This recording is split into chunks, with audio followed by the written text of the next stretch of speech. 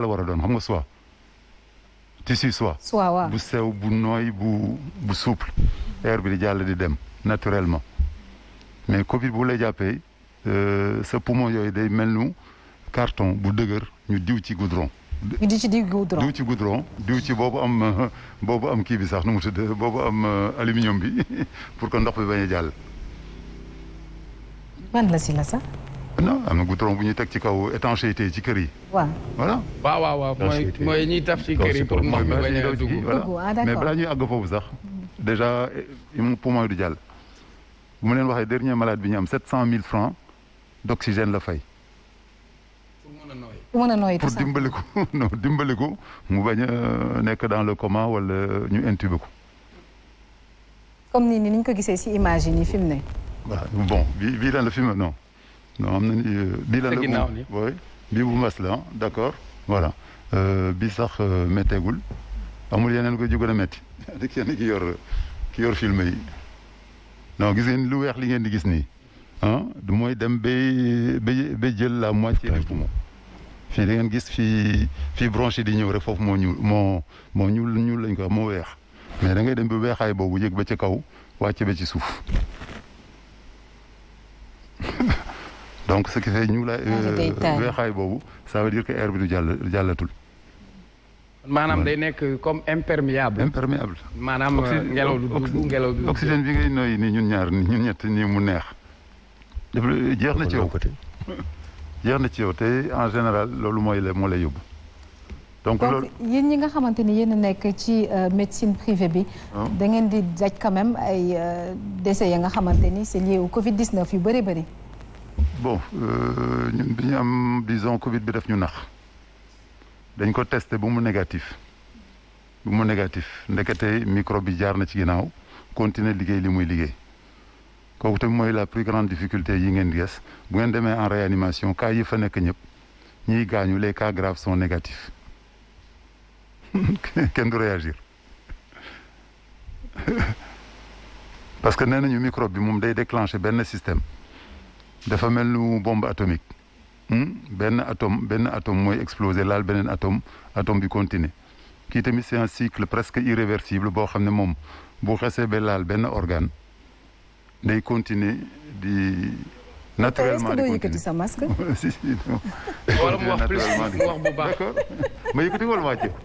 non nga wax bu baax parce que li nga wax dafa am solo. sànq yaa ngi fi doon wax waxu immunisation collective. non immunisation collective ça c'est intéressant pour nous justement.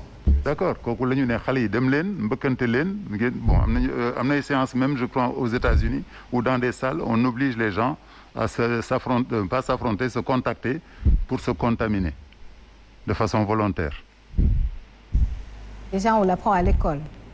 On l'apprend à l'école. Non pas à l'école dans des boîtes de nuit sax dégg naa ay soirées. mais loolu c'est une solution lan lañ ci jublu bu fekkee dañ ne nañu garder ay mesures barrières.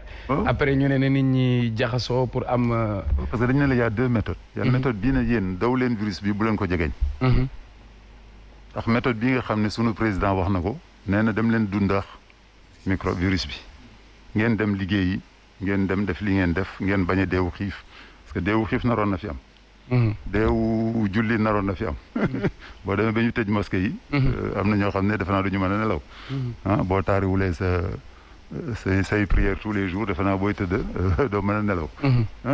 bon sans compter li ñu wax ne da nga mieux vaut dee du virus que dee de la faim. yéen ñetti éléments yëpp dégg nañ ko. ñetti éléments yooyu nag ban mooy solution bi est-ce que da ngay dem liggéey am loo lekk sa waa kër lekk. nga yàlla def nga mbëkkante virus bi dans 95%. da ngay de 95% boo jëlee 100 personnes. 95 ñii mën nañu mbëkkanteex virus bi te dara du leen jot. d'ailleurs gis ngeen ko ci nouvelle politique bi boo feebaree ba nga positif dañ ne demal sa kër. c'est pas la peine ngay ñëw hôpital boo demee toog sa kër ba dara metti la ngay soog a ñëw. mais est-ce que loolu indiwul explosion wu cas yi parce que ba fii bu ñu demee ba egg ci 200 morts cas yi di gën di yokku. est-ce que seen stratégie bi ñu tegoon depuis le début ba tey. est-ce que stratégie boobu nekkoon na stratégie bu baax yow en tant que koo xam ne fajkat nga. ñu ne Omar Faye mbir mi da koo dal mais demal toog sa kër bu toogee këram jaxasoo ak mag ñi fa nekk est-ce que loolu tamit yokkul cas yi. non bu toogee këram day waxuñ ko mu jaxasoo nit ñi.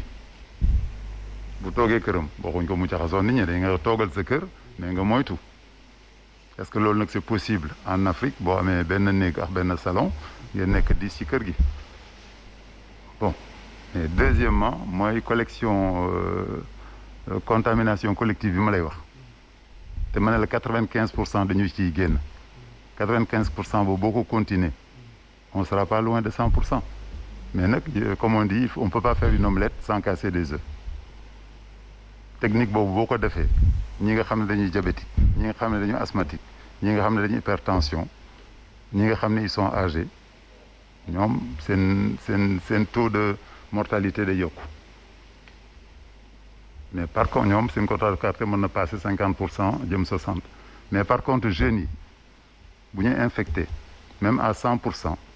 ñi ci am problème du ñu mat 5%.